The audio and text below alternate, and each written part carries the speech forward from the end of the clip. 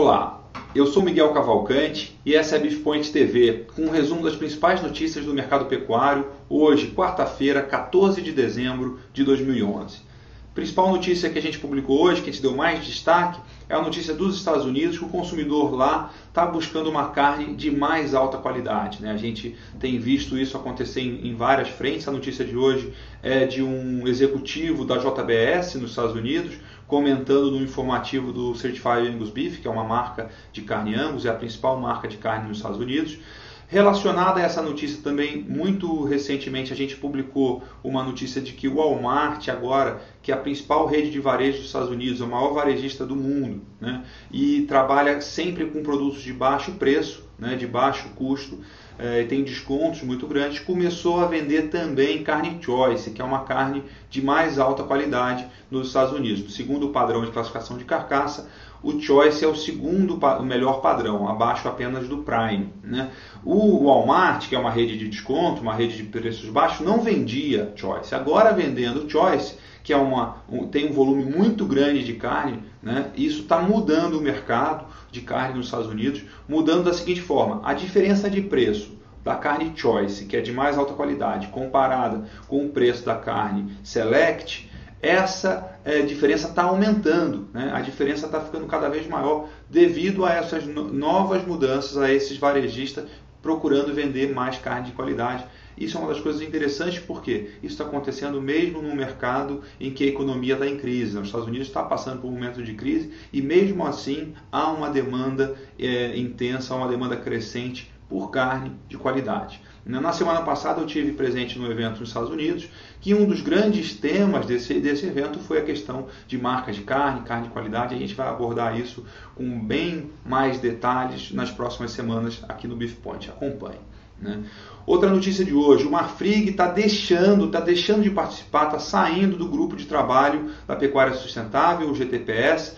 O Ocimar Vilela era o presidente do GTPS atual e é um consultor, atua diretamente com o Marfrig. A gente não conseguiu, essa é uma notícia que saiu no jornal hoje, a gente não conseguiu ainda um comentário oficial do Ocimar ou de alguém do GTPS para explicar os motivos de por que o Marfrig saiu do grupo, né? E a justificativa que saiu no jornal é uma justificativa: olha, a gente está saindo para deixar a BIEC representar o Marfrig, a gente não quer mais atuar, né, de forma ativa e individual nesse grupo. É uma surpresa para a gente, de alguma forma enfraquece o GTPS, que é uma iniciativa que a gente considera bastante válida aqui no BeefPoint. A gente vai procurar entender mais sobre essa questão e trazer mais informações para vocês em breve. O Mataboi anunciou ontem que o plano de recuperação judicial foi aprovado, com 98% dos credores presentes na Assembleia aprovando, né?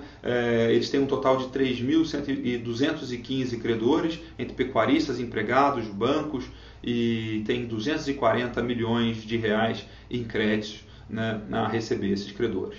Outra notícia importante dessa semana é que durante a reunião de analistas do Marfrig, que o Marfrig recebeu analistas e investidores do mercado para comentar os seus resultados, o principal ponto dessa reunião aí foi uma queda de braço, foi uma discussão entre os analistas da Casa de Investimentos Empíricos, que recentemente tem criticado duramente os balanços do Marfrig, né? Eles publicaram uma série de análises bastante completas e bastante longas, né?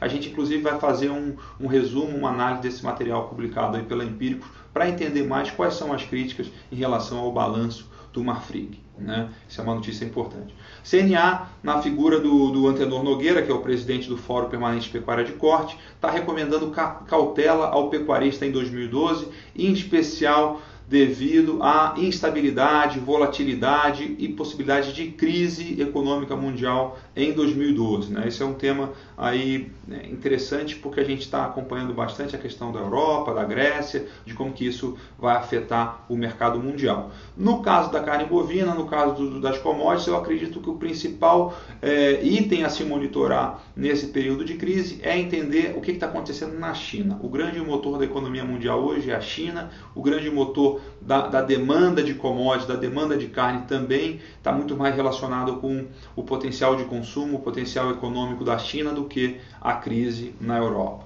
Ainda sobre CNA, a gente teve a posse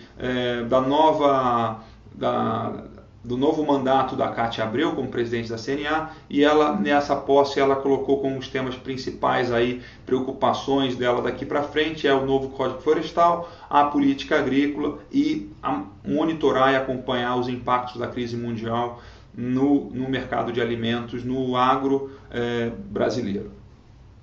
Toda semana a gente está publicando um resumo dos principais comentários no Twitter sobre o mercado do boi gordo. As duas novidades ou notícias relacionadas a isso dessa semana é pressão dos frigoríficos e abate de fêmeas no estado de Goiás. Se você quer ver os principais comentários no Twitter de quem fala, de quem comenta, de quem analisa o mercado do boi gordo, a gente fez essa notícia, está aí para você ler e acompanhar.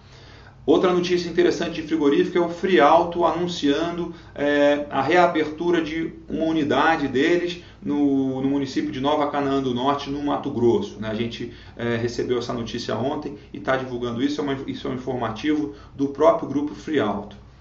Outra notícia em relação a frigoríficos, a empresas de alimentos, a Brasil Foods, que é a fusão da Perdigão com a Sadia, está anunciando que deve construir fábricas na China e também nos Emirados Árabes em 2013 e nos próximos anos em relação à China.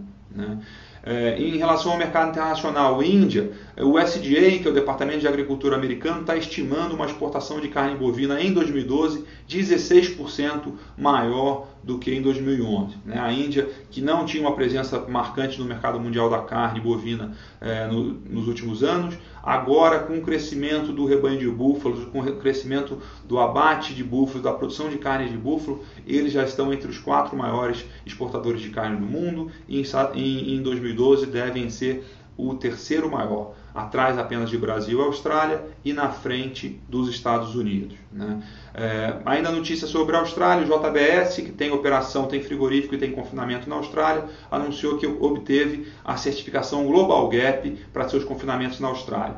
Esse é um tema interessante para a gente, porque durante um tempo, há alguns anos, se falou muito sobre o Global Gap, que é o novo nome do Europe Gap na pecuária de corte, e a gente há muito tempo não ouve nada sobre Global Gap em pecuária de corte. Eu gostaria muito de saber como que andam os projetos de Global Gap em pecuária de corte aqui no Brasil, quais são as perspectivas, se está crescendo, se está diminuindo, se tem alguém fazendo. Isso é uma das coisas que a gente vai procurar saber mais nas próximas semanas também. E se você tem alguma notícia, alguma informação sobre Global Gap no Brasil, manda para a gente, que a gente gostaria muito de saber o que está acontecendo por aqui.